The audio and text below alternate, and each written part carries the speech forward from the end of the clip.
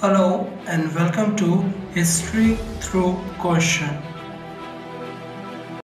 Today's topic is Old NCRT Class 8, and today we're going to discuss chapter number 4. And the name of the chapter is Administrative Structure, Policies and Impact of the British Rule from this time period, that is 1765 to 1857.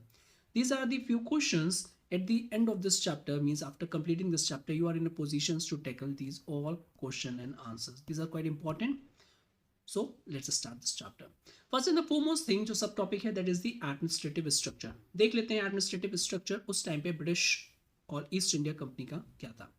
Simply अगर हम बात करें तो 100 year से भी कम लगे थे British को मास्टर होने में और सिंपली कंट्रोल करने में इंडिया को. साथ ही साथ जो टेरिटरीज थी डायरेक्ट ब्रिटिश रूल के अंडर में उनको डिवाइड किया गया था 3 प्रेसिडेंसीज में, और जो कि इंपॉर्टेंट थी बी आप याद कर सकते हो, या BBM, that is Bengal, Madras and Bombay. अब ये जो न्यू टेरिटरीज जो एनेक्स करी थी बेसिकली इसी टेरिटरीज 3 प्रेसिडेंसीज में उसको ऐड करते जा रहे थे. जिस रीजन में जो भी उसको कॉन्कर्ट करते थे इन 3 प्रेसिडेंसीज में उनको ऐड करते जा रहे थे. 1835 में अगर हम देखें जो territory to the west of the Bihar उसको सेपरेट कर दिया गया फ्रॉम द बंगाल प्रेसिडेंसी और उसको एक सेपरेट एडमिनिस्ट्रेटिव यूनिट दे दी गई थी, that is north west province. Later जो पंजाब था उसको भी एक न्यू यूनिट को फॉर्मेशन दे दी गई थी. दूसरी बात करें हम administration British territories in India, वो कंप्लीटली था किसके हाथ में, कंपनी के हाथ में in due course of time. उसके बाद ब्रिटिश गवर्नर ने स्टैब्लिश किया अपना effective control in India, specially after 1857 जो फेमस रिवॉल्ट हुआ था उसके बाद.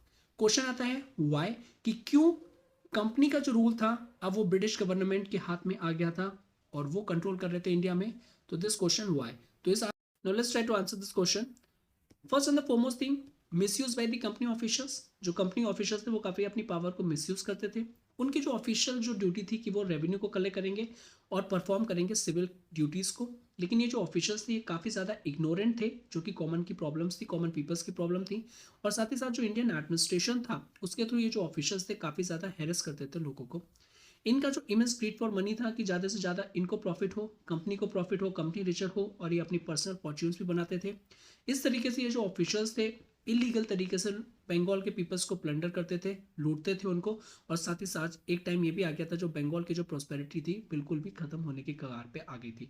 नेक्स्ट अगर हम बात करें पीजेंट और जो जमींदार थे वो एक्सट्रैक्ट करते थे large revenue due to which they unable to pay, और जो पीजेंट थे उनको लैंड इविक्शन हो जाता था, जमींदार को भी प्रॉब्लम्स आती थी. It is only because of this officials.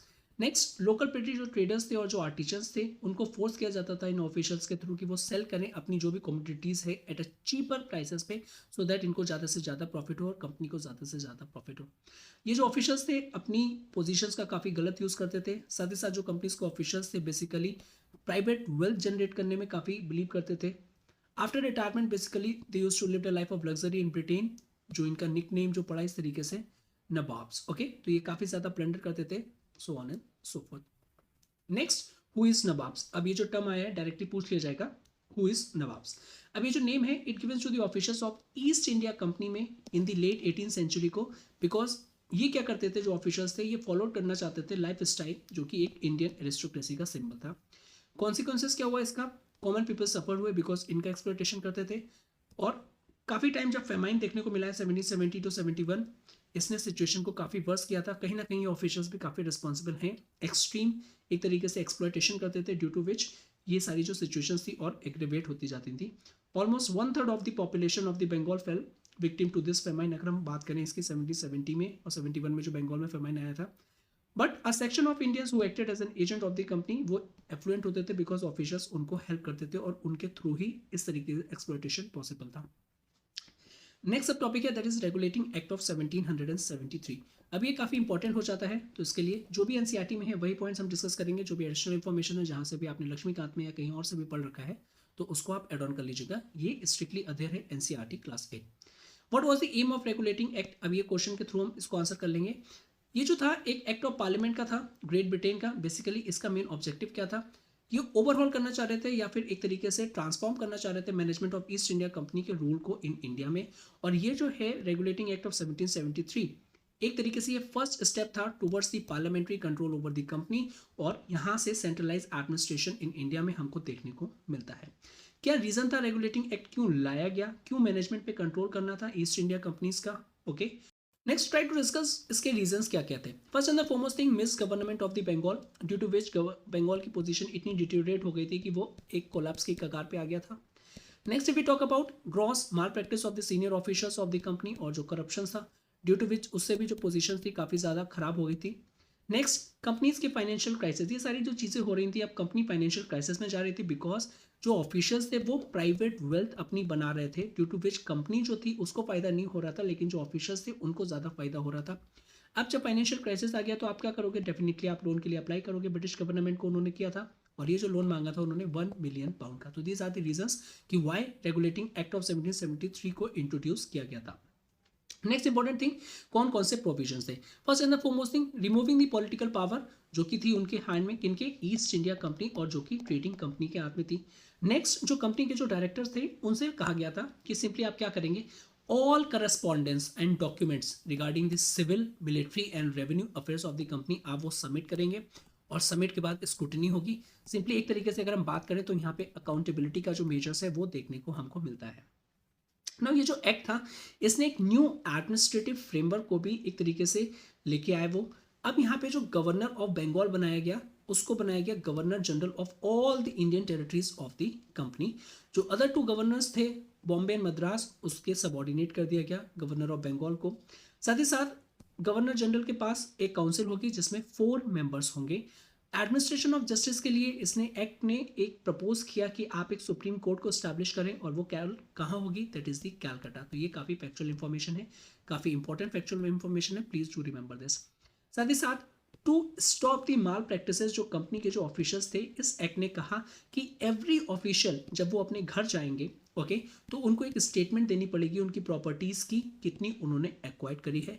तो अगेन अकाउंटेबिलिटी का मेजर्स, ताकि ऐसा नहीं है कि जो करप्शन जो बहुत ही ज़्यादा चल रहा था ऑफिशियल्स में, और ऑफिशियल्स जो कर रहे थे उनको कब करने के लिए ये मेजर्स लिए गए थे, प्रोविजंस लिए गए थे। Let's talk about the defects of the regulating act. अब ये जो रेगुलेटिंग एक्ट आया था, ऑल दो इसके जो प्रोविजंस थे काफ़ी ज़्यादा एक तरीके से रिफॉर्म लाने वाले थे, जो भी प्रॉब्लम्स थी उससे डील करने वाले थे, लेकिन इसमें भी कुछ डिफेक्ट्स है। कैसे हैं देखते हैं। अब यहाँ पे जो गवर्नर जनरल और उसकी जो काउंसिल आई थी, तो काउंसिल में 4 मेंबर्स थे, और गवर्नर जनरल जो थे उस टाइम पे वॉरेन हेस्टिंग। लेकिन क्या होता था कि जो कोई भी मैटर जो डिस्कस होता था, ड्यू टू विच 4:1 के रेशो से हमेशा काउंसिल मेंबर्स जो थे वो हमेशा जीत जाते थे, क्योंकि गवर्नर जनरल के पास कोई भी वीटो पावर नहीं थी। साथ ही साथ कोई भी वो एड्रेस नहीं करते थे जो कि कंसर्न था मेन इंडियन पॉपुलेशंस को, और ड्यू टू विच और simply who were paying the revenue to the company, जो एक्चुअली उनको रेवेन्यू पे कर रहा है। साथ ही साथ जो करप्शन का जो एलिमेंट था अमंग द कंपनी ऑफिशियल्स वो भी फुलफिल नहीं हो पाया, उसको भी टैकल नहीं कर पाया ये। साथ ही साथ जो सुप्रीम कोर्ट की जो पावर थी वो भी वेल डिफाइंड नहीं थी, ड्यू टू विच उसका कोलैप्स होता था डायरेक्टली गवर्नर जनरल की पावर से।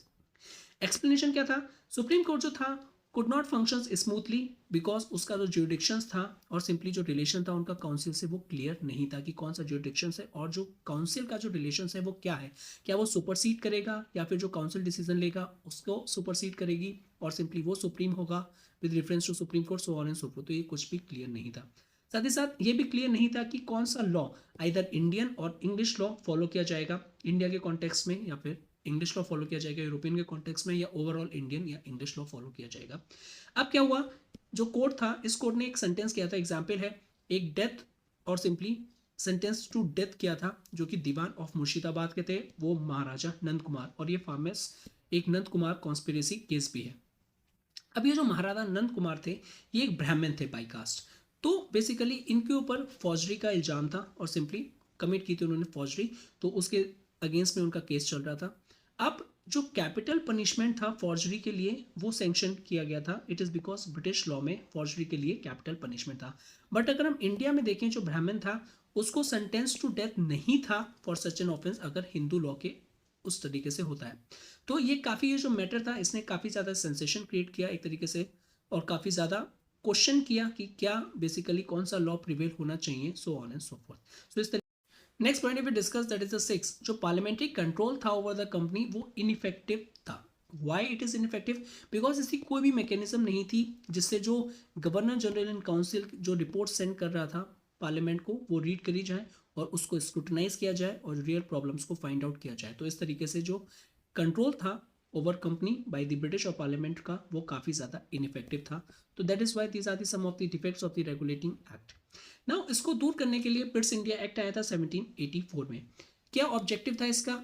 To remove the regulating act, जो भी ड्रॉबैक्स थे ड्यू टू विच ये फंक्शन नहीं कर पा रहा था, to make the company administration को इफिशिएंट और रिस्पॉन्सिबल बनाने के लिए। अब ये जो पिट इंडिया एक्ट आया था, ये जो इसका नेम पड़ा था that is the William Pitt, जो कि यंगर थे the prime minister of Britain at that time, that is why इसका पिट्स इंडिया एक्ट था। ये सारी इंफॉर्मेशन एनसीईआरटी में मेंशन है, वहीं से मैंने लिया है। अब इसके क्या क्या प्रोविजंस थे? प्रोविजंस की बात करें, इसने board of control in Britain को स्टैब्लिश किया गया। साथ ही साथ जो ब्रिटिश गवर्नमेंट था उसने फुल कंट्रोल ले लिया था कंपनी के civil, military and revenue affairs in India में। अब सिविल, मिलिट्री और रेवेन्यू अफेयर्स जो हैं डायरेक्टली ब्रिटिश गवर्नमेंट के कंट्रोल में थे। अब ये जो अरेंजमेंट था कि जो सिविल, मिलिट्री और जो रेवेन्यू अफेयर्स होगा ये ब्रिटिश गवर्नमेंट देखेगी और जो कंपनी है उसके ऊपर मोनोपोली होगी और उसके पास मोनोपोली होगी ट्रेड की और simply right to appoint officials. तो ये एक डुअल गवर्नमेंट टाइप का हो गया of the British India by the British government, और कंपनी इन दोनों को मैनेज करेंगे। तो ये डुअल गवर्नमेंट और डुअल अरेंजमेंट था। अब यहाँ पे गवर्नर जनरल जो पोजीशंस थी उसको स्ट्रॉन्ग किया गया, ओके, और उसको पावर दे दी गई कि वो ओवर रूल कर पाए उसकी काउंसिल को on the important matters. Earlier ये नहीं कर पा रहा था under the regulating act of 1773। साथ ही साथ हम बात करें presidencies of Bombay and Madras जो थे were brought under his authority, और साथ ही साथ he was made the commander in chief. हम गवर्नर जनरल की बात कर रहे हैं of all the British troops in India, both company के लिए भी और ब्रिटिश गवर्नमेंट के लिए भी। इस तरीके से गवर्नर जनरल की पोजीशन को स्ट्रेंथन किया गया। तो from 1773 to Pitt's India act अगर हम देखें गवर्नर जनरल की पोजीशंस का जो ग्राफ है वो इंक्रीज हमको देखने को मिलता है। अब ये जो प्रिंसिपल्स थे it was laid down by the act of 1784, ये फॉर्म करते हैं base of the British administration in India. यहाँ से हम ट्रेस कर सकते हैं जो एलिमेंट थे British administration in India slowly and gradually वो कंट्रोल कर रहे हैं। फ्रॉम नाउ ऑन जो गवर्नर जनरल थे इनफैक्ट वो रियल रूलर ऑफ इंडिया थे और बेसिकली वो फंक्शन किसके अंडर में कर रहा था? Control of the British parliament के अंडर में वो कर रहा था। Now let's see how the governor general exercise his powers and responsibility. अभी हमने देखा था उसको पावरफुल बनाया गया था, लेकिन एग्जैक्टली में वो किस तरीके से अपनी पावर को एक्सरसाइज करता था, क्या रोल था उनका? First and the foremost thing, the army, the police and the civil service and the judiciary, ये उनके कंट्रोल में था। इनका रोल्स क्या था? साथ ही साथ अगर हम बात करें protect and enlarge the British territories in India, ठीक है, वो प्रोटेक्ट करेंगे और ट्राई टू करेंगे एनलार्ज करना British territories in India. Maintain internal order, revenue को कलेक्ट करने में काफी इंपॉर्टेंट रोल प्ले करेंगे। To look after the administration और साथ ही साथ to provide justice to the people. ये गवर्नर जनरल मेन रिस्पॉन्सिबिलिटी ये गवर्नर जनरल की थी। अब नेक्स्ट इज आर्मी। अब जो इंडियन सिपाहीज थे ब्रिटिश आर्मी में मेजॉरिटी पोर्शन वही कॉन्स्टिट्यूट करते थे।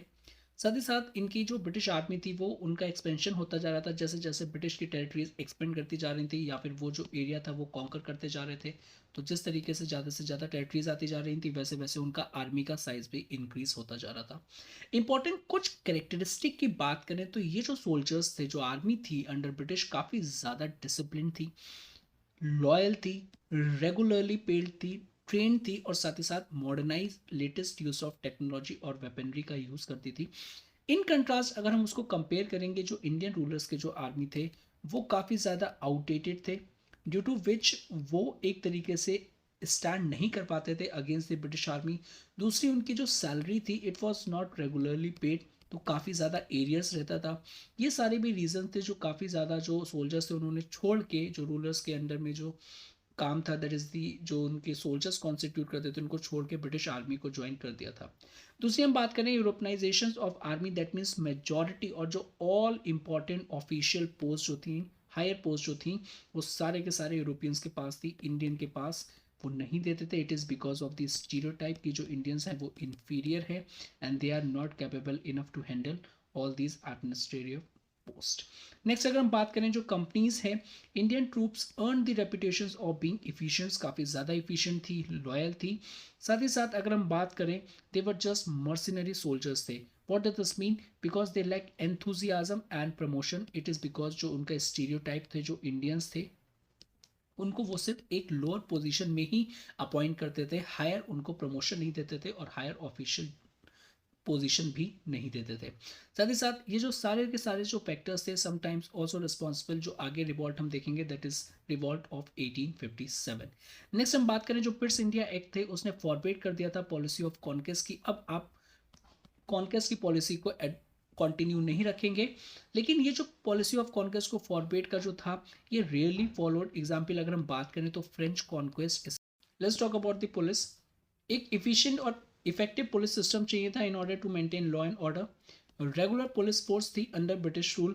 अंडर लॉर्ड कॉर्नवालिस अगर हम देखें इन द ईयर 1791 में, तो उन्होंने कुछ रिफॉर्म्स किए थे इन पुलिस सिस्टम में, such as superintendent of police की पोस्ट को क्रिएट किया था फॉर कैलकाटा, उनको अपॉइंट किया था। साथ ही साथ जो अदर सिटीज़ थी उनको कोतवाल के अंडर में इंचार्ज बनाया गया था। साथ ही साथ जो डिस्ट्रिक्ट थी उनको डिवाइड किया गया था इनटू थानास में, जो कि डायरेक्टली अंडर इंचार्ज था दरोगा।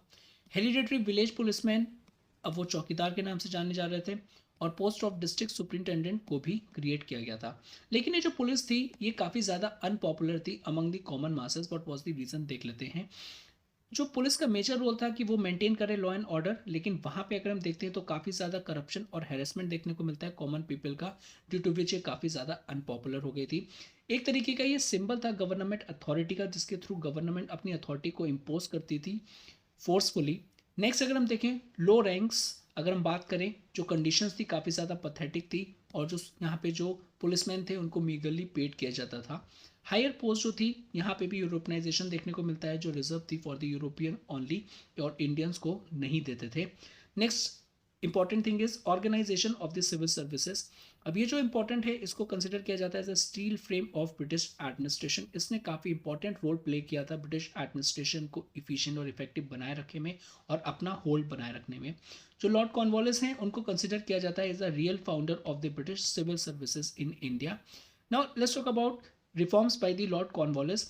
जो सिविल सर्विसेज थी उसमें काफ़ी ज़्यादा पहले करप्शन था और माल प्रैक्टिसेस था, तो लॉर्ड कॉर्नवालिस ने रिफॉर्म्स लाए ताकि ये जो करप्शन है और जो माल प्रैक्टिसेस है ये हट सके। ये जो रिफॉर्म्स थे ये क्या थे, इन्होंने सेपरेट किया था कमर्शियल और revenue branches of the administration, so that ये जो कमर्शियल है ये अलग के पास रहेगा, रेवेन्यू ब्रांचेस अलग के पास रहेंगे, सो दैट यहाँ पे जो मिसमैच है और जो करप्शन और जो माल प्रैक्टिसेस हैं वो काफ़ी तक हटाई जा सकती हैं और या फिर उनको रूटेड आउट किया जा सकता है। साथ ही साथ इन्होंने बैन कर दिया था acceptance of presents by the officials. अब ऑफिशियल्स प्रेजेंस भी नहीं ले सकते थे जो नवाब्स थे या फिर जो लोकल रूलर्स थे। सैलरी को भी इंक्रीज किया गया था because low salary is one of the reason responsible for the corruptions, तो उन्होंने सैलरी को इंक्रीज किया था ताकि ये जो ऑफिशियल्स हैं ये और माल प्रैक्टिसेस में या करप्शन में इंडल्ज ना हो। इन ड्यू कोर्स ऑफ टाइम जो सिविल सर्विसेज है उसको हम ये देखने को मिलता है it became the highest paid civilians in the world. यहाँ पे काफ़ी ज़्यादा लिक्रेटिव, लेकिन यहाँ पे भी जो यूरोपियंस थे वही टॉप मोस्ट पोजीशंस में थे और इंडियंस कोई भी नहीं। Question, what do you mean by the nomination system in the civil services and find out its merits and demerits. तो बात करते हैं नॉमिनेशन सिस्टम सिविल सर्विसेज में जो विटनेस था, अब वो क्या है और उसके मेरिट्स और डीमेरिट्स क्या हैं। Because of the influential position and the high salary जो सिविल सर्विसेज थी, जो कि एक तरीके से अगर बात करें तो हाईएस्ट पेड सिविल सर्विस थी इन दी ऑल ओवर वर्ल्ड में, तो ये काफ़ी ज़्यादा much coveted by the young man जो कि ब्रिटिश एरिस्टोक्रेटिक फैमिली से बिलोंग करते हैं।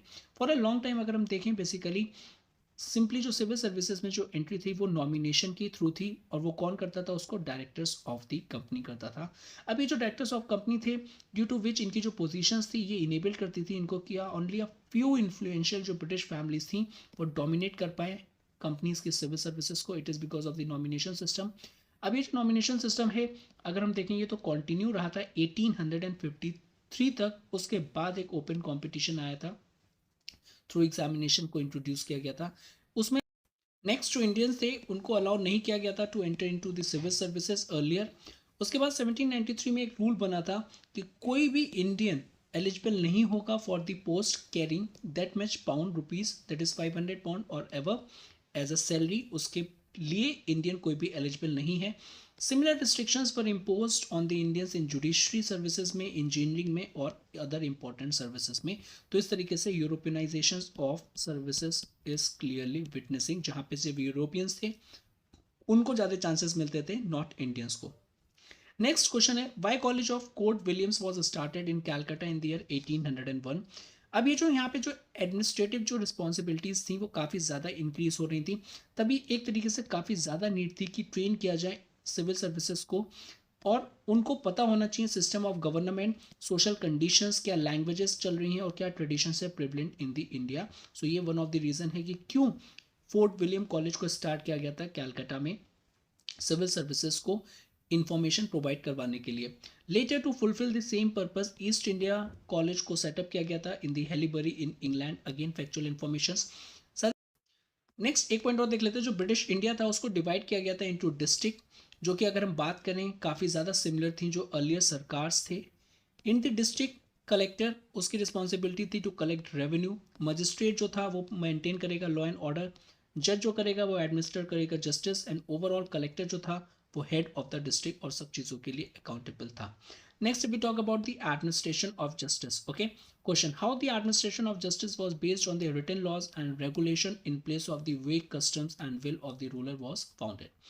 तो काफ़ी ज़्यादा ब्रिटिश ने स्टैब्लिश किया था लॉ कोर्ट्स, सो दैट जो एग्जिस्टिंग रूल्स और जो लॉ इन इंडिया में it was made by the Indian rulers are not to be, उनको वॉयलेट ना हो। According to the Indian tradition अगर हम बात करें पर्सनल लॉ, दैट इज जो लॉ है रिगार्डिंग मैरिज हो गया, इनहेरिटेंस हो गया, that was govern according to the customs and scriptures जो कि ऑलरेडी चले आ चुके हैं, ओके, और चलते आ रहे हैं सोसाइटी में। दूसरा, क्रिमिनल और रेवेन्यू की केसेस की अगर हम बात करें, वो कौन डिसाइड करेगा, it was decide by the rulers और द जजेस जो कि अपॉइंट किए गए हैं उनके थ्रू। ब्रिटिश स्टार्टिंग में इंटरफेरेंस नहीं कर रहे थे इस सोशल सिस्टम से, और जो सिस्टम चला आ रहा था बेस्ड ऑन दी सिंपल वेग कस्टम्स पे। ऑल्दो जो इंग्लिश जजेस जो थे of the supreme court, basically अगर हम बात करें जब इस्टेब्लिश हुआ था 1774 में, उन्होंने ट्राई किया था कि अप्लाई किया जाए इंग्लिश लॉ को, but neither company nor India people like it, because अगर आप कस्टम के साथ या फिर जो उनका सिस्टम है एक तरीके से जो जस्टिस सिस्टम है उसमें आप इंटरफेयर करोगे, सोसाइटी में इंटरफेयर करोगे, देन इट विल बी आप प्रॉब्लम्स और काफ़ी ज़्यादा रेजिस्टेंस आएगा। एन एक्ट ऑफ 1781 जो था वो रिस्ट्रिक्ट करता है application of English law to the Englishman only, और इंडियंस के ऊपर अप्लीकेबल नहीं है। बट जैसे जैसे सर्कमस्टांसेस चेंजेस होते जा रहे थे, जैसे जैसे जो ब्रिटिश ज़्यादा से ज़्यादा एडमिनिस्टर और एडमिनिस्ट्रेशन अपने हैंड में लेते जा रहे थे, वैसे वैसे काफ़ी ज़्यादा नीड आई कि एक डेफिनेट कोड होना चाहिए जो कि एप्लीकेबल होगा to the Indian subject as well along with the English. अब ये जो नीड थी it was fulfil by the Bengal regulations जो कि था आया था 1793 में। Now let's talk about the Bengal regulations, उसके कुछ प्रोविजंस। अब ये जो रेगुलेशंस था ये बाउंड करता था कोर्ट को कि ये डिसीजन ले with reference to the right of person and property of the Indians according to the provisions. Earlier जो था ऐसा नहीं था, नाउ इस रेगुलेशन के थ्रू अब ये एप्लीकेबल हो गया है। दूसरा अगर हम बात करें तो ये जो रेगुलेशन ये अकोमोडेट करेगी personal laws of Hindus and Muslims, और साथ ही साथ इसको प्रॉपर तरीके से क्लियर टर्म में उसको स्टेट करेगी। साथ ही साथ ये भी एक्सपेक्ट किया जा रहा था कि जो ईच इंडिविजुअल है उसको पता होंगे कि उसके राइट क्या है। साथ ही साथ ये जो रेगुलेशन है इसको प्रिंट किया जाएगा इंग्लिश में भी और इंडियन लैंग्वेजेस में भी। इस तरीके से अगर हम बात करें जो एडमिनिस्ट्रेशन ऑफ जस्टिस जो था, now it was on the basis of the written laws और रेगुलेशंस, जो कि अर्लियर पहले वेग कस्टम्स पे बेस्ड था, जो कि will and fancies of the ruler पे निर्भर करता था। साथ ही साथ इस तरीके की जो रेगुलेशंस थी उसको और जगह पे भी अडॉप्ट किया गया in the parts of the British India में। इन 1833 एक और इंपॉर्टेंट डेवलपमेंट होता है, that is Indian law commission को अपॉइंट किया जाता है अंडर लॉर्ड मैकॉले, और इनको अपॉइंट किया जाता है कि आप कोडिफाई करेंगे Indian system of law and court procedure का, जो कि हर जगह एप्लीकेबल होगा। सो इन दिस वे में it leads to the establishment of rule of law, because यहाँ पे new laws and new courts को एस्टैब्लिश किया गया था इंडिया में। दूसरी अगर हम बात करें, अगर हम थोड़ा सा क्रिटिकल एग्जामिनेशन करें तो वी विल फाउंड दैट ये जो रूल ऑफ लॉ है इसको कभी भी सही तरीके से अप्लाई नहीं किया गया था इन इंडिया में in the letter and spirit, that is equality before the law कहीं भी एप्लीकेबल नहीं थी। एग्जाम्पल के थ्रू समझते हैं कि जो ब्रिटिश और जो इंडियन इन ब्रिटिश इंडिया थे, it was neither rule by the same law, क्योंकि वो ब्रिटिश लॉ के थ्रू और इंग्लिश लॉ के थ्रू उनको गवर्न किया जाता था, and they are not even tried in the same court as well. तो सेपरेट कोर्ट जो थी फॉर ब्रिटिश पीपल के लिए थी इन इंडिया में, एंड ओनली ब्रिटिश लॉ उन पे अप्लाई थे। तो इस तरीके का डिस्टिंक्शन और डिफ्रेंसिएशन देखने को मिलता है, that is why rule of law in the proper sense was not applicable. Next topic is growing control of the British government, देख लेते हैं।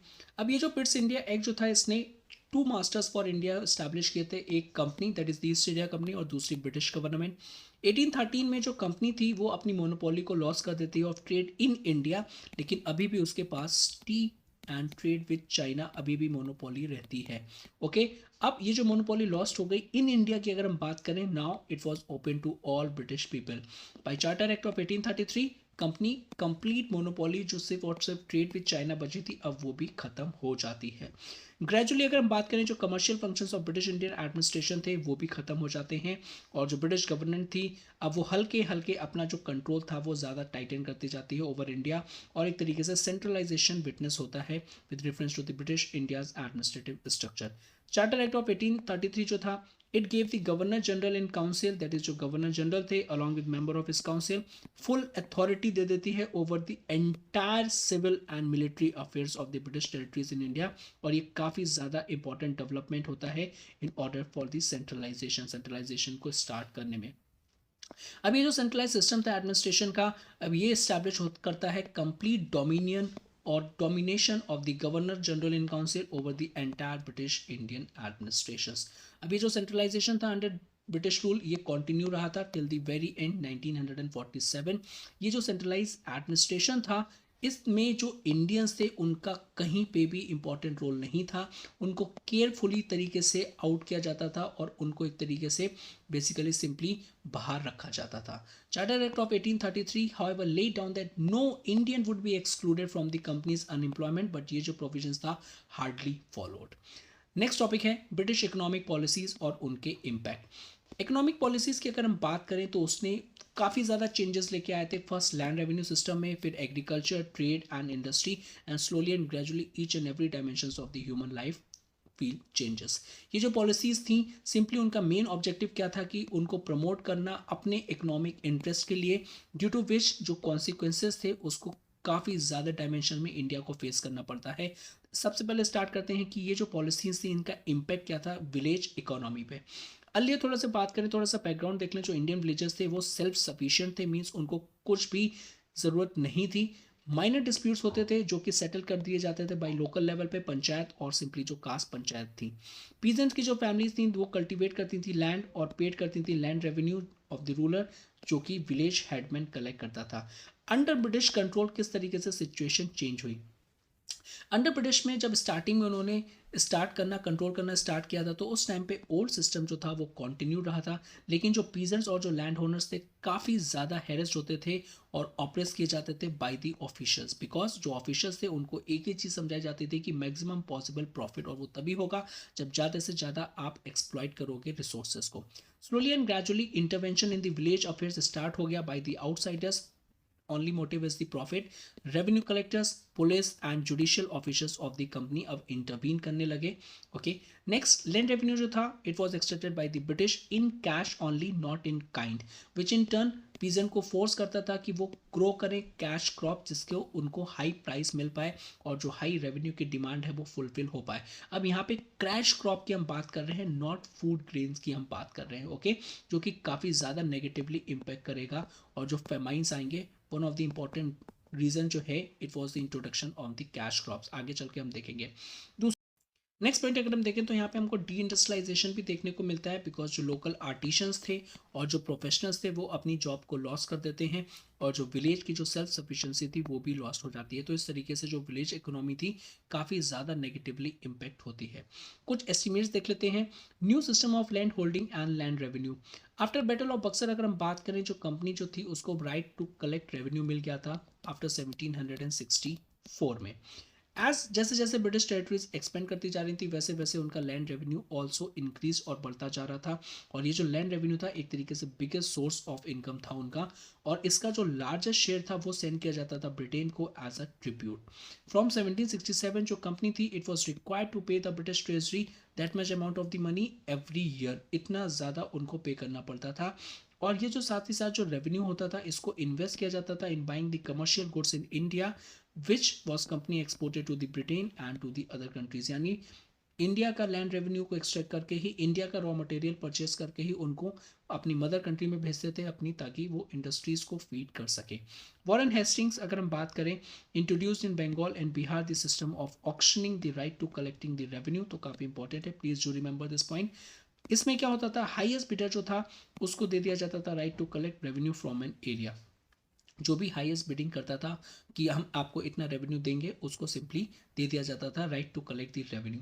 अभी जो न्यू सिस्टम था, it provided helpful neither to the company, it is because the actual collection never came up to its expectations and not to the peasants, जो कि basically जब वो पे नहीं कर पाते थे तो उनको हटा दिया जाता था बाय द जमींदार। तो इस तरीके से ना ही जमींदार और ना ही कंपनी या ना ही पीजेंट्स, कोई भी इसमें से उसको प्रॉफिट नहीं होता था।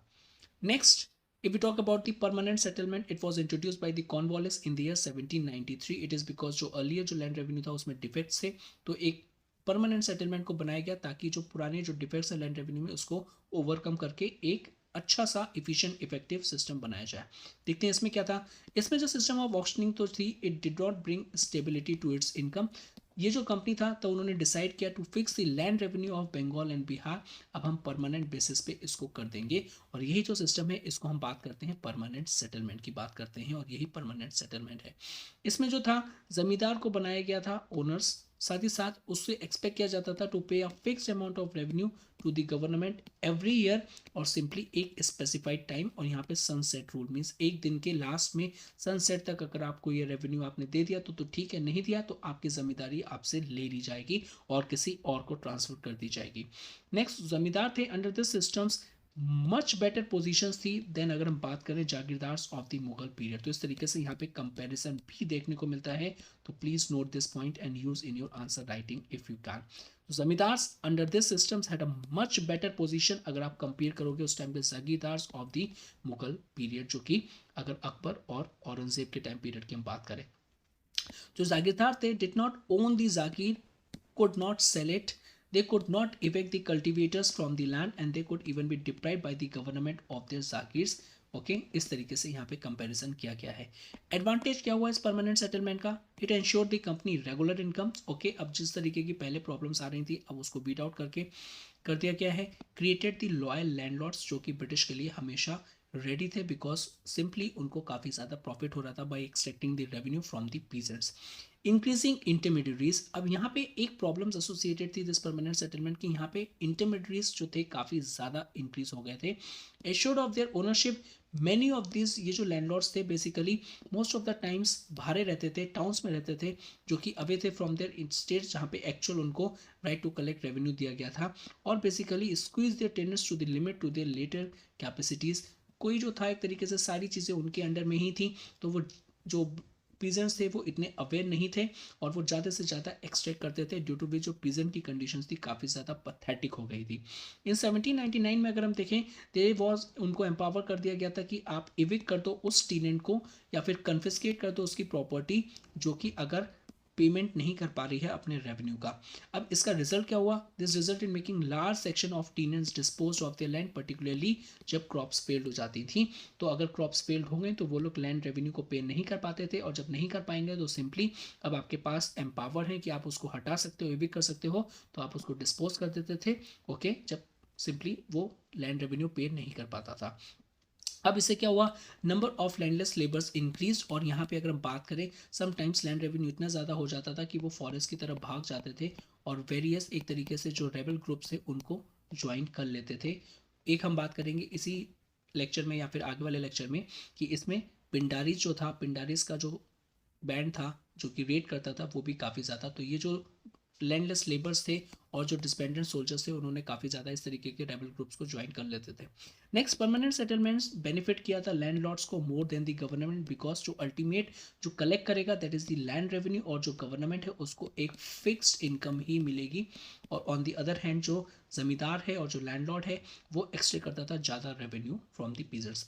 By increasing the under cultivation, अगर कल्टिवेशन इंक्रीज हो गया, जो लैंडलॉर्ड है कलेक्शन ऑफ रेंट उसका इंक्रीज हो जाएगा, लेकिन उसको जो पे करना है कंपनी को वो एक तरीके से फिक्स्ड पेमेंट ही करना है, ड्यू टू विच कंपनी को फ़ायदा नहीं होता था, लेकिन जो ज़मींदार हैं और जो लैंडलॉर्ड्स हैं उनको काफ़ी फ़ायदा होता था।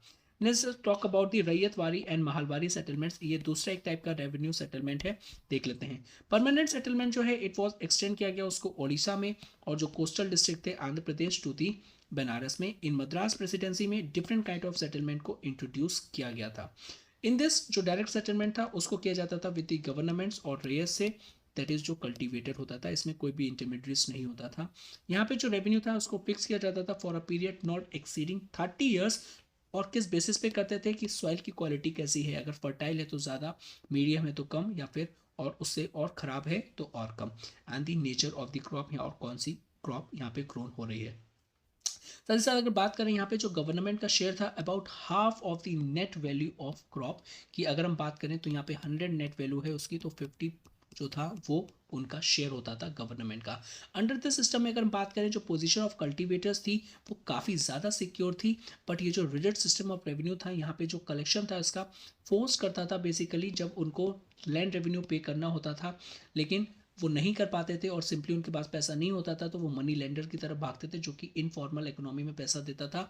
और ड्यू टू अनअवेयर और कुछ और इस तरीके से भी जब वो मनी लेंडर का पैसा वापस नहीं कर पाते थे due to failure of crop और एनी अदर रीजंस, तब भी उनकी जो ज़मीन थी वो उनसे एक तरीके से ले ली जाती थी। Beside the government itself became a big zamindars and the cultivators was left at the mercy of the officials. और जो ऑफिसर्स थे वो भी काफ़ी ज़्यादा करप्ट थे और वो भी हेरस करते थे इन लोगों को, एक्सप्लॉइट करते थे ज़्यादा से ज़्यादा रिसोर्सेज लेके। तो सिंपली जो पीजेंट्स और जो कल्टीवेटर्स थे उनकी जो कंडीशंस थी ऑल ओवर और under each and every land revenue settlements remains the pathetic. In other India अगर हम बात करें the system of land settlement varied according to the local practices, जिस तरीके से जो प्रैक्टिस जहाँ पे प्रिवलेंट होती थी। Such as in western Uttar Pradesh की हम बात करें तो ये जो सेटलमेंट था उसको किया जाता था with the village communities which was maintain a form of common ownership, तो कि हम भाईचारा या फिर महलवारी सेटलमेंट हम कहते हैं। और महलवाली का मीन्स है यहाँ पे group of village. So that was the very interesting information जो कि आपको इस एनसीईआरटी में मिल रही है। ओके, इन वेस्टर्न इंडिया की अगर हम बात करें जो ब्रिटिश थे that maintain the land revenue left by the Marathas for some times, जो वहाँ पे जो मराठास के अंडर में था, बट ग्रेजुअली उन्होंने मॉडिफाइड किया था it on the basis of the ryotwari principle. साथ ही नेक्स्ट ये जो विलेज एडमिन था it came under the supervision of British district officers और उनको फाइनली सॉल्व आउट कर दिया गया था by their functions. Next let's talk about the sunset rule. Simply sunset rule already discuss की एक गिवन पॉइंट ऑफ टाइम में जो लैंडलॉर्ड थे जिनको राइट टू कलेक्ट रेवेन्यू का रिस्पॉन्सिबिलिटी दी गई थी, अगर वो रेवेन्यू जितना भी जो फिक्स था वो टाइम पे ब्रिटिश गवर्नमेंट को सरेंडर नहीं कर पाते थे, उनकी लैंड को ले लिया जाता था और उनका राइट को हटा दिया जाता था। अब ये जो लैंड लॉस थे इंट्रोड्यूस बाय द ब्रिटिश, इन्होंने काफ़ी ज़्यादा चेंजेस इंट्रोड्यूस किए थे with reference to the land in the Indian society. अब जो लैंड थी it became a saleable property, आप उसको सेल कर सकते थे, मॉर्टेज कर सकते थे। साथ ही साथ system of paying off revenue जो कि स्पेसिफाइड टाइम में अब ये कंपेल करता था जो स्मॉल लैंड होल्डर्स होते थे, जैसे कि जो परमानेंट जो आपको देना है रेवेन्यू गवर्नमेंट का वो ज़्यादा है और आपकी इतनी इनकम नहीं हो पाई है, तो आप क्या करोगे, मॉर्टेज रखोगे अपनी प्रॉपर्टी को। ओके, और साथ ही साथ मनी लेंडर्स की भी हेल्प लोगे। अब ये जो न्यू सिस्टम था ये काफ़ी ज़्यादा रिस्पॉन्सिबल था, it is because of the inequitable ownership of the land and it's also responsible for the poverty in the country side. Indirect way में इसने हेल्प भी किया था इंडियन एग्रीकल्चर प्रोडक्शन को, बिकॉज इसने अब रिलेट कर दिया था टू द मार्केट। और हमने जो कैश क्रॉप और जो फूड क्रॉप्स था कि फूड क्रॉप्स को छोड़ के कैश क्रॉप्स को काफ़ी ज़्यादा अब बूस्ट हो गया था और लोग उसको करना चाहते थे बिकॉज वो काफ़ी अच्छे प्राइस फेच करता था मार्केट में। Food grains as well as various kind of cash crop जो था, प्लांटेशन जो था, इट बिकेम इंपॉर्टेंट हो गया था मर्केंडाइज बोथ इंटरनल और एक्सटर्नल मार्केट के लिए भी, बिकॉज ये काफ़ी अच्छे पैसे फेच करते थे if we compare it with the food grains. For example cultivation of poppy उसको इंक्रेज किया था ब्रिटिश इन इंडिया ने, बिकॉज जो ब्रिटिश मर्चेंट्स थे found in India a rich field for smuggling opium, इस तरीके से। दूसरा जो कॉटन थी उसकी ग्रेट डिमांड थी। Indian jute, tea, coffee slowly built up profitable export trade, तो उनका इनको काफ़ी ज़्यादा बूस्ट किया गया था इंडिया में इनकी प्लांटेशन करना, इनकी क्रॉप्स लगाना, सिंपली कैश क्रॉप्स लगाना। बट ओनली ब्रिटिश कमर्शियल जो हाउसेस थे और जो उनके इंडियन एजेंट्स थे सिर्फ उन्हीं को ट्रेड से फ़ायदा हुआ, इंडियंस को इन ट्रेड से फ़ायदा नहीं हुआ, बिकॉज इंडियंस को ये अलाउ नहीं था। और सिंपली जो रूल्स थे वो इंडियन एजेंट्स जो थे उनके और जो ब्रिटिश कमर्शियल हाउसेस थे उनके लिए काफ़ी ज़्यादा फेवरेबल थे, तभी उनको ज़्यादा प्रॉफिट होता था। Indian cultivators which in large not benefited. Industry and trade देख लेते हैं किस तरीके से इसने इम्पैक्ट किया था इनकी पॉलिसीज ने। Industrial population of India before modernization two type C थी। विलेज आर्टिशंस थे जिनमें वीवर्स, कारपेंटर्स, पॉटर्स मेकर आ जाते थे। इनका हेरिडेटरी प्रोफेशन था और ये परफॉर्म करते थे cultivations for a part of year.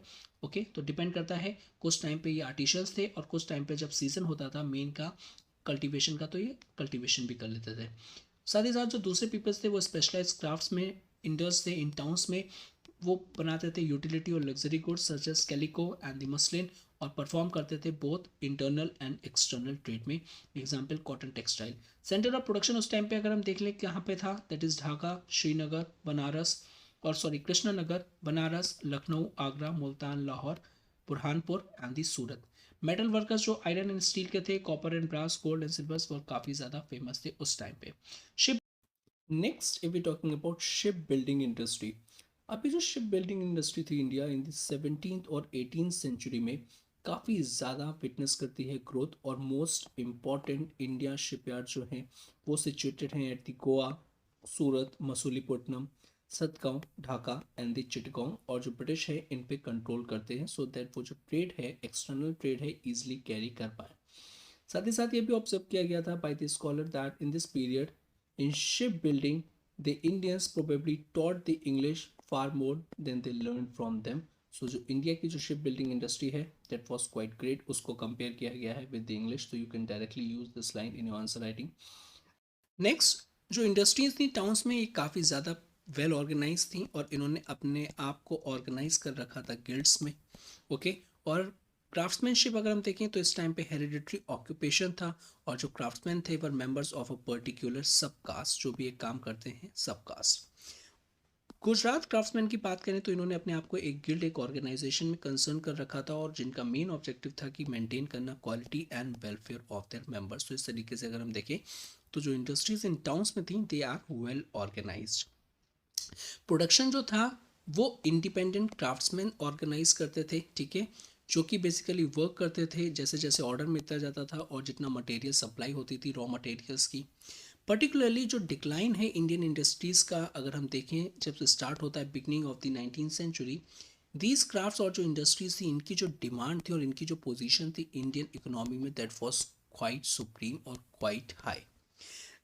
Next, why Indian industries are declining, देखते हैं क्यों। It is because loss of demand. क्यों? जैसे जैसे ब्रिटिश टेरिटरीज एनेक्स करते जा रहे थे प्रिंसली ऑर्डर के, वैसे वैसे वहाँ से डिमांड खत्म होती जा रही थी। अब जब डिमांड नहीं आएगी तो उसको फुलफिल करने के लिए जो सप्लाई के लिए है, जो वर्कर्स हैं और जो इंडस्ट्रीज़ हैं वो जो लगी थी अब वो हटती जाएंगी, बिकॉज उनको लाइवलीहुड प्रोड्यूस नहीं होगा। लेकिन मेजर रीज़न जो बताया गया इस एनसीईआरटी में वो कहीं और था, देखते हैं। इंडियाज़ की जो डेस्टिनी थी बेसिकली वो थी किसके हाथ में? In the hands of traders and industries, जो कि ब्रिटेन में आते थे और जो ब्रिटेन से आते थे।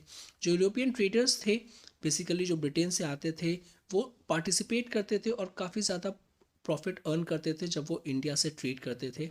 ओके, तो most of the India's agriculture and industrial output went to meet the domestic needs. उस टाइम पे जो इंडिया का एग्रीकल्चर आउटपुट था और जो इंडस्ट्रियल आउटपुट था वो काफ़ी ज़्यादा ग्रेट डिमांड में था, और वही उनकी रिक्वायरमेंट थी डोमेस्टिक नीड को फुलफिल करने की। ओके, और साथ ही साथ वहाँ पे काफ़ी फेवरेबल मार्केट था, तो इंडिया में वो आते थे, सामान खरीदते थे और सामान खरीदने के बाद अपने घर ले जाते थे, वहाँ पे बेचते थे, और जितना भी बीच में इंटरमीडिएट वाला प्रॉफिट होता है उसको अर्न करते थे।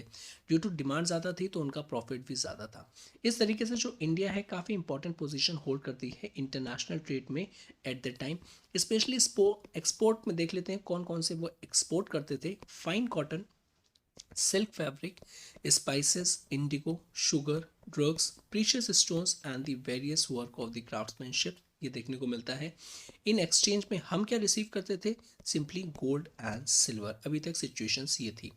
Bye the end of 17th century हमको कुछ चेंजेस देखने को मिलते हैं, बिकॉज जो डिमांड थी इंडियन कॉटन गुड्स की इंग्लैंड में काफ़ी ज़्यादा बढ़ गई थी, so high that the native textile industry काफ़ी क्रिपल्ड हो गई थी, बिकॉज वहाँ का जो बनाए हुए जो गुड्स थे वो कोई नहीं खरीदता था, लेकिन इंडियाज़ के जो गुड्स थे उनकी डिमांड काफ़ी ज़्यादा थी। अब क्या हुआ? अब आप ट्रेड रिस्ट्रिक्शंस लगाओगे। अब ये जो ट्रेड रिस्ट्रिक्शंस थे ये किसकी फॉर्म में है? आपने ट्रेड रिस्ट्रिक्शंस लगाना स्टार्ट कर दिया है in the forms of various loss. अब आप वेरियस लॉस को इम्पोज कर रहे हो, जो कि देखने को मिलता है इन ईयर 1700 में और 1720 में, जो कि प्रोहिबिट कर रहा था entry of many varieties of the Indian textile products, ताकि उनकी जो नेटिव इंडस्ट्रीज़ हैं और जो कि उनकी डोमेस्टिक इंडस्ट्रीज़ हैं वो सर्वाइव कर पाए, जो कि नहीं कर पा रही थी। It is because of the high competition from the Indian goods. Similarly prohibitory rules were adopted in other countries of Europe also, और इसी तरीके के जो प्रोहिबिटरी रूल्स हैं और जो ट्रेड बैरियर्स टाइप है वो भी और कंट्रीज ऑफ यूरोप में देखने को मिलते हैं। अब ये जो रिस्ट्रिक्शन से डेफिनेटली एक टाइम पे इम्पैक्ट करेंगे इंडिया की टेक्सटाइल इंडस्ट्रीज को काफ़ी ज़्यादा नेगेटिवली, बट स्टिल अगर हम मोरलेस हम बात करें उसको, तो एक्सपोर्ट ट्रेड जो कॉटन और सिल्क प्रोडक्ट में था और जो अदर कॉमोडिटीज़ में था अभी भी कॉन्टिन्यूड रहा था। मीनवाइल जो कॉटन इंडस्ट्री इंग्लैंड में थी वो काफ़ी ज़्यादा डेवलप हो गई थी, बिकॉज वो लोग भी डेवलप कर रहे थे, क्योंकि उनको compete करना था इंडियन गुड्स से, और उनका जो एफर्ट्स था to compete with the Indian varieties. For example अगर हम बात करें इंडियन चिंट की, अब ये जो है एक प्रिंटेड क्लॉथ है जो कि स्पेशली प्रोड्यूस होता है लखनऊ में, काफ़ी फेवरेट था विद द इंग्लिश लेडीज़, जो इसके हैंकीज़ होते हैं और इस टाइप ऑफ थिंग्स। तो बाई 1754 जो इंग्लिश प्रिंटर्स थे वो क्लेम करते थे कि उन्होंने ऐसी टेक्नोलॉजी और इतने वेल वर्स्ड हो गए हैं, एक्सेल कर देंगे अब वो इंडियन वर्कमैनशिप में, इसमें जो उनकी प्रिंटिंग है काफ़ी sophisticated printing type of thing. Now अभी तक बहुत चीज़ें अच्छी चल रही थी। Now let's see what leads to the downfall of Indian textile, जो कि एक टाइम पे अगर हम देखें कि इतना ज़्यादा इंडियन टेक्सटाइल कॉम्पिटिटिव था कि जो ब्रिटेन था उसको लॉस पास करने पड़ गए थे उसको टैकल करने के लिए। इंडस्ट्रियल रेवोल्यूशन जो था and the mechanization of English textile industry, जो कि 1780 से स्टार्ट होता है, टू बी मोर प्रिसाइज 1760 या 70 से। अब जो न्यू मशीन्स थी इस टाइम पे आने लगी थी और बेसिकली वो फाइनल प्रोडक्ट्स बनाने लगी थी। अब ये जो पोजीशन थी यहाँ पे इंडियन टेक्सटाइल का जो एक्सपोर्ट था काफ़ी ज़्यादा डिफिकल्ट हो गया था। बाय देन जो कंपनी रूल इन इंडिया था वो भी बिगिन हो गया था इस टाइम तक, और बेसिकली काफ़ी ज़्यादा स्टेप्स लेने लगे थे ये लोग इन इंडिया में एंड इन ब्रिटेन, ताकि वो प्रमोट कर पाए ओनली एंड ओनली जो ब्रिटिश ट्रेडर्स और मैन्युफैक्चर का इंटरेस्ट था at the expense of Indian industries. Because जब इंडस्ट्रियलाइजेशन स्टार्ट हो गई थी तो आपको दो चीज़ें चाहिए थी, ample amount of raw materials, और रॉ मटेरियल्स जो होना चाहिए ये चीप रॉ मटेरियल होना चाहिए ताकि आपकी प्रोडक्शन कॉस्ट कम हो, और एक बार जब फाइनल गुड्स बन जाए तो उसके लिए मार्केट्स।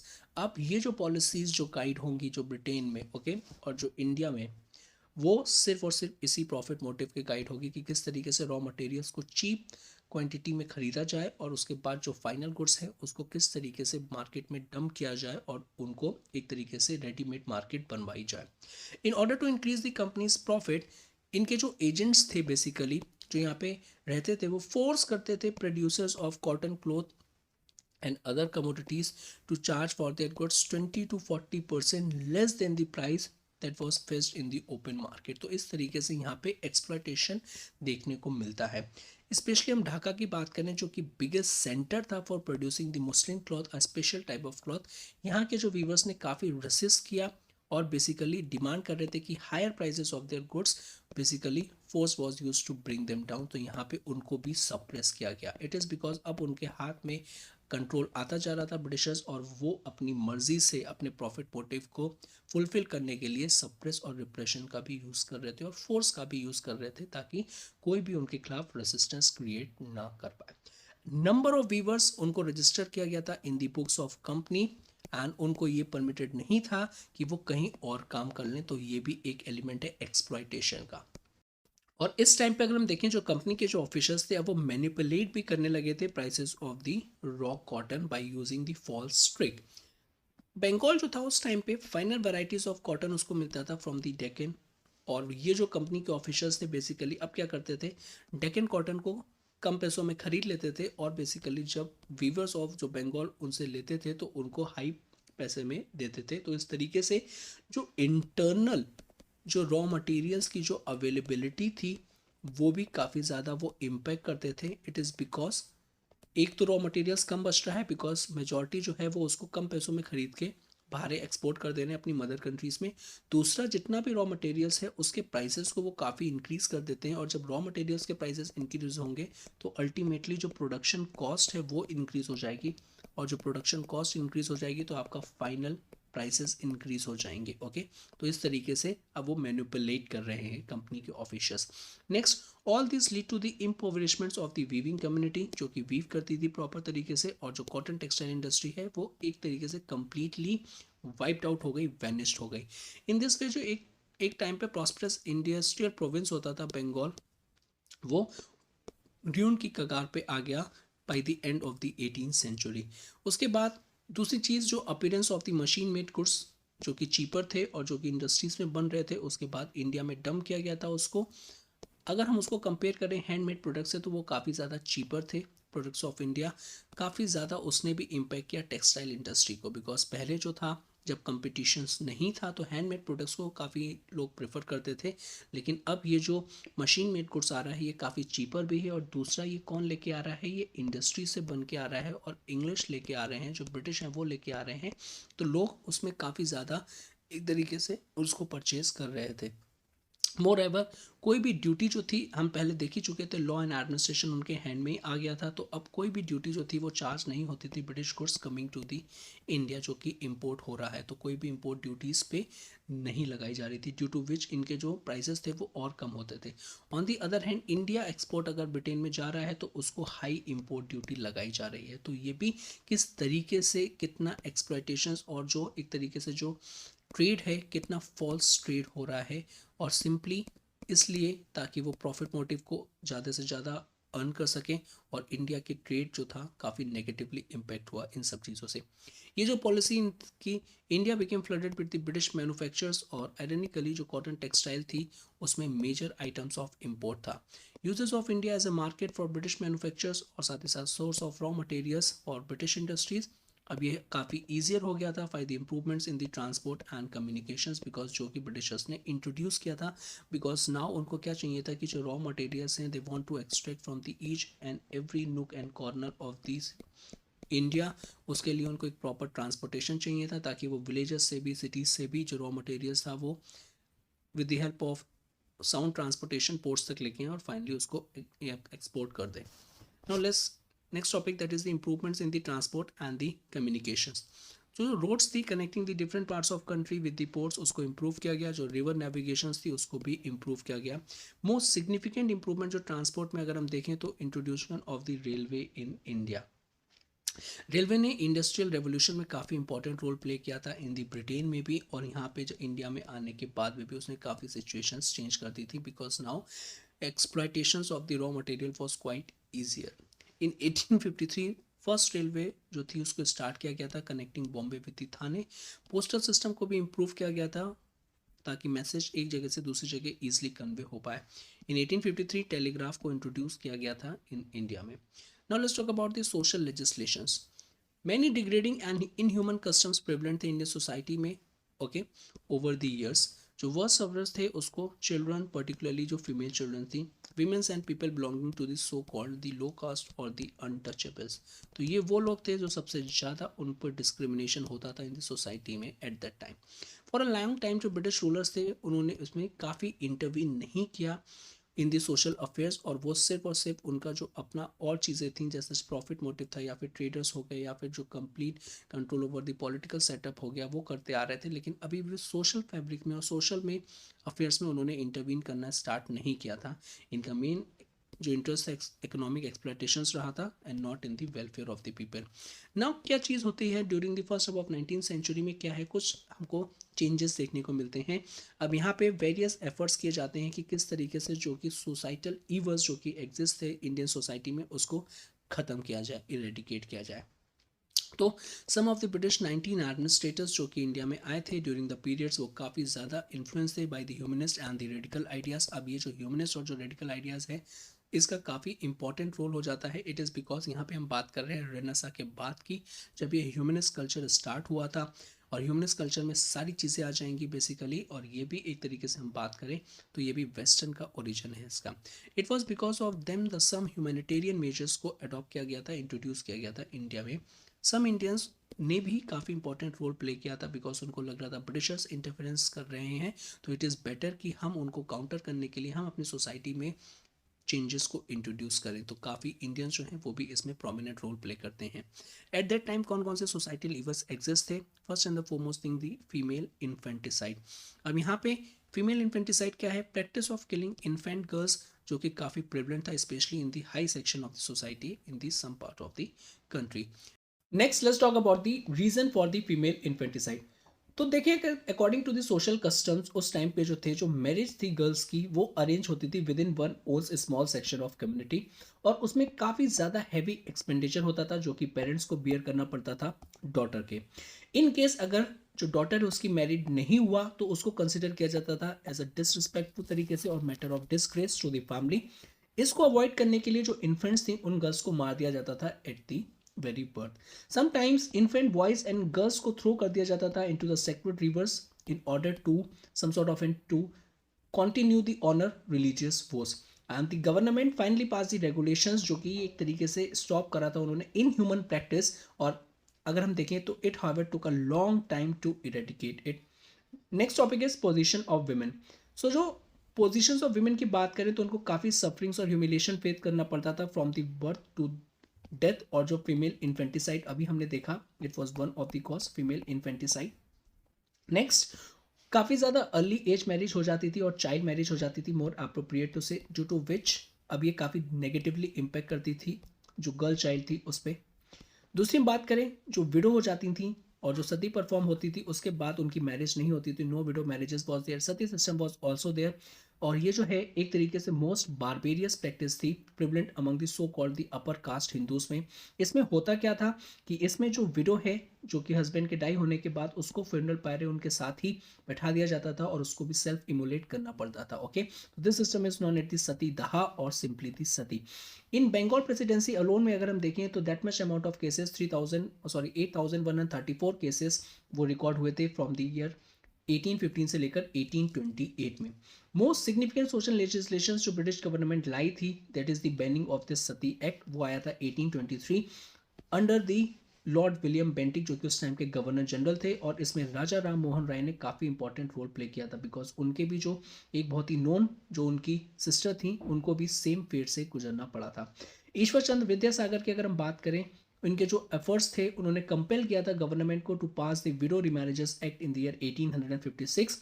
और ये जो एक्ट था made it lawful for the Hindus widow to remarry again. तो ये जो दो पॉइनियर सोशल रिफॉर्मर्स हैं, और आगे चैप्टर भी है इस एनसीईआरटी में सोशल रिफॉर्म्स, तो उसको हम डिटेल में पढ़ेंगे।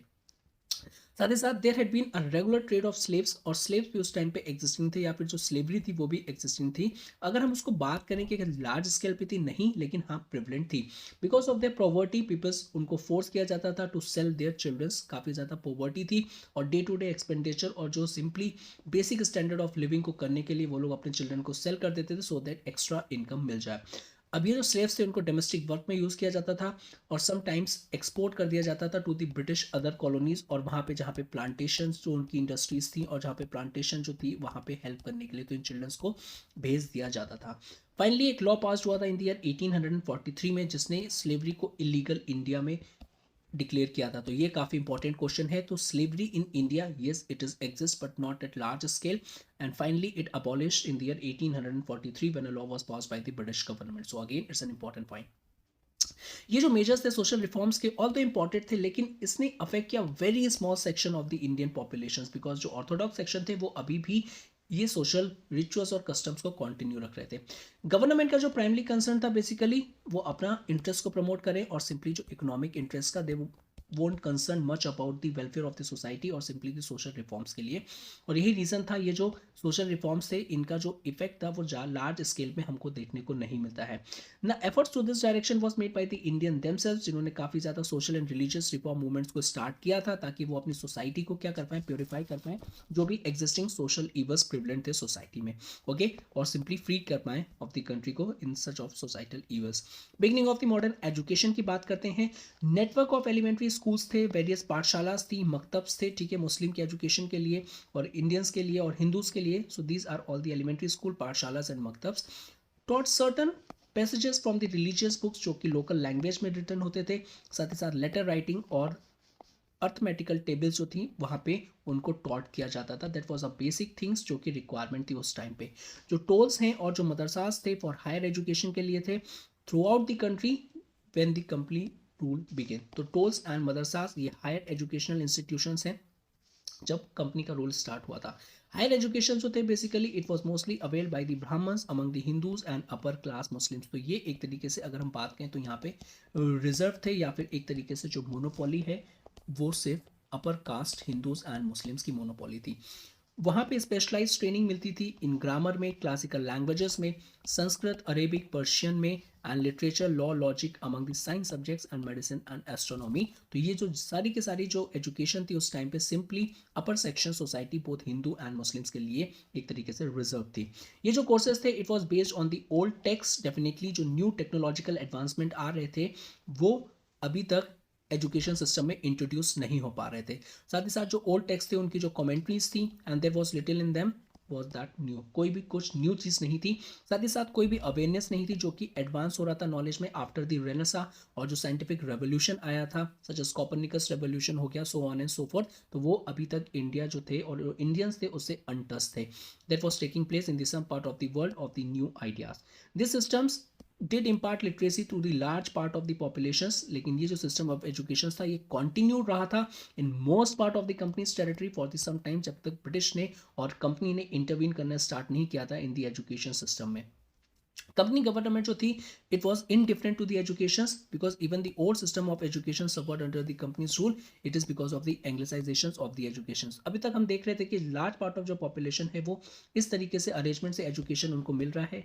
लेकिन जैसे ही ब्रिटिश इंटरवीन करती है things will change and things start deteriorating the same because वो anglicisation of education that is the English education पे एम्फोसाइज करते हैं and not the vernacular education या फिर उस लैंग्वेज में एम्फोसाइज करना।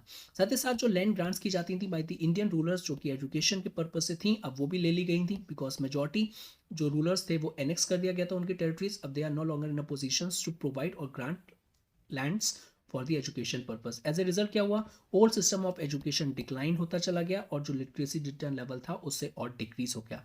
साथ ही नेक्स्ट वी टॉक अबाउट जो इंग्लिश स्कूल्स थे वो स्टार्ट हो गए थे मद्रास रीजन में, बंगाल में एंड बॉम्बे में and it was mostly run by the Christian missionaries. और ये जो क्रिश्चियन मिशनरीज हैं इनको काफ़ी ज़्यादा ब्लेम भी किया जाता है फोर्सफुल कन्वर्जन के लिए बिकॉज ये जो इंडिया में जो ईवल्स थे उनको काफ़ी हाईली पोर्ट्रे करते थे और अपने रिलीजन को सुप्रीम कंसिडर करवाते थे।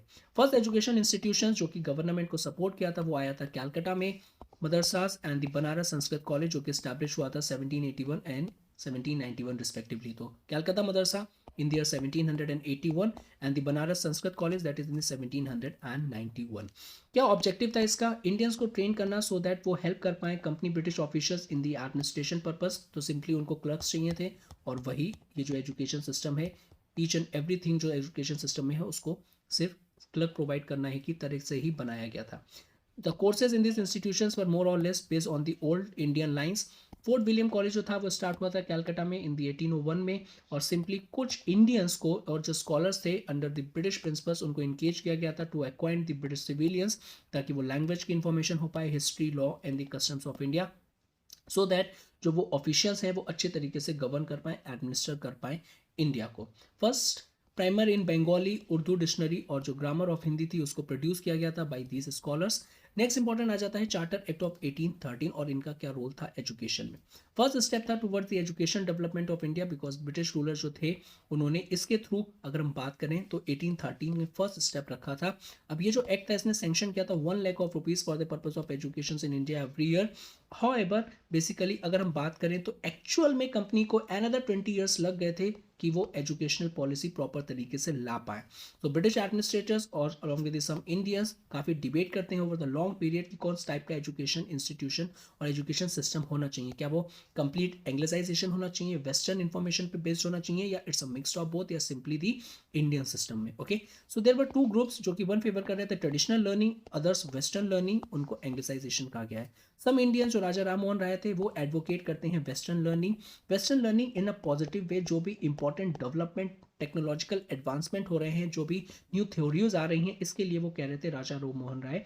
उनका मीन्स ये नहीं था कि बिल्कुल ही कंप्लीट वेस्टर्न नॉलेज पे रिलाई लेंगे, लेकिन हाँ जो साइंस की इंफॉर्मेशन है और जो और इंफॉर्मेशन है that was quite important for the development of our country, वो उस पर एम्फोसाइज कर रहे थे. They thought only through the western learning India could make progress in the terms of the science and technological development. In 1835 में अगर हम देखें जो गवर्नमेंट ने डिसाइड किया था in favour of the promotion of the European literature that is anglicisation since amongst the natives of the India. English जो थे was made the medium of instructions few college schools और colleges में that was open by the government. साथ ही साथ some years later अगर हम देखें जो 3 यूनिवर्सिटीज भी सेटअप हुई थी in the Calcutta, Bombay and the Madras. और यहाँ पे जो सिस्टम ऑफ एजुकेशन था ये जो ब्रिटिश ने था इट वॉज इंट्रोड्यूस किया था, it was known as the English education. Okay, next we are talking about ये जो डिमांड थी इंग्लिश एजुकेशन के काफ़ी ज़्यादा बढ़ती जा रही थी, स्पेशली ये विटनेस होता है first half of the 19th century. अब ऐसा क्या हुआ था, what was the reason? It is because government का एक डिक्लेरेशन आया था, काफ़ी इंपॉर्टेंट है ये, इन द ईयर 1844 में. अब ये जो डिक्लेरेशन था इसने कहा था कि जो जिन इंडियंस को इंग्लिश आती है उनको प्रेफरेंस दी जाएगी गवर्नमेंट जॉब्स में. इसलिए इंडियन एजुकेशन को काफ़ी ज़्यादा बूस्ट मिला था. अब मेजॉरिटी ऑफ जो लोग थे वो फॉर जॉब पर्पस इंग्लिश को पढ़ना चाहते थे, सीखना चाहते थे, सो दैट वो गवर्नमेंट जॉब्स में एंट्री कर पाए. लेकिन रिसोर्सेज की बात करें हमेशा से ही बहुत ही कम रहे थे और यही रीज़न था लार्ज स्केल और wide spread illiteracy in India में. This shows that the British rulers lack of interest in the education of the Indian people. उनको सिर्फ क्या चाहिए थे, सिर्फ क्लर्क्स चाहिए थे. ओके, अब ये जो न्यू एजुकेशन सिस्टम थी इसको क्रिटिसाइज किया जाता है कि ये जो सिंपली जो एजुकेशन सिस्टम था आपने इसलिए इंट्रोड्यूस किया था कि आपको क्लर्क्स चाहिए थे ऑफिशियल को हेल्प करने में in the British administration. Okay, तो कंप्लीटली अगर हम बात करें मासेस की एजुकेशन, जो लार्ज स्केल मासेस हैं उनकी एजुकेशन निग्लेक्ट की गई थी.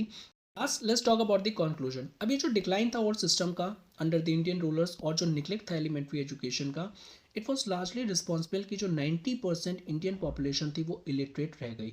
और ये काफ़ी नेगेटिव एक तरीके से बात करें तो इम्पैक्ट था ब्रिटिश एजुकेशन का, या एक तरीके से हम कह सकें तो डिसएडवांटेज. ओके, साथ ही साथ जो इंग्लिश पे ज़्यादा स्ट्रेस था एंग्लिसाइजेशन ऑफ एजुकेशन का, उसने एक क्लास को क्रिएट कर दिया और सिंपली एक गल्फ क्रिएट कर दिया बिटवीन उन लोगों के बीच में जिनको इंग्लिश आती थी और जिनको नहीं आती थी.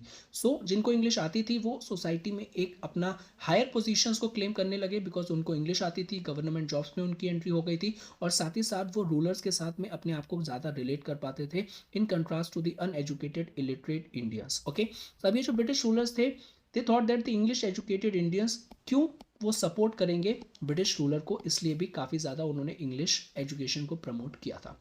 In spite of its serious limitations, यहाँ पे कुछ पॉजिटिव फीचर्स भी मिल जाते हैं एजुकेशन के, लेकिन ये जो थे वो इंटेंशनली नहीं थे, अनइंटेंशनली थे.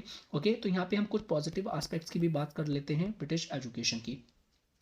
उन्होंने इम्पार्ट करी modern knowledge to the few Indians as well as the modern ideas जो कि लिबर्टी, इक्वालिटी और फ्रेटर्निटी जैसा डेमोक्रेटिक एंड नेशनलिज्म, जिसने काफ़ी इंपॉर्टेंट रोल प्ले किया लोगों को अवेयर करने में ताकि वो एक तरीके से कंपेयर कर पाएँ कि ऑल ओवर वर्ल्ड में क्या चल रहा है और हमारे साथ क्या एक्सपीरियंस हो रहा है और हम क्या विटनेस कर रहे हैं. They became aware of the development in the other parts of the world, कौन कौन सी न्यू आइडियोलॉजीज आ रही हैं.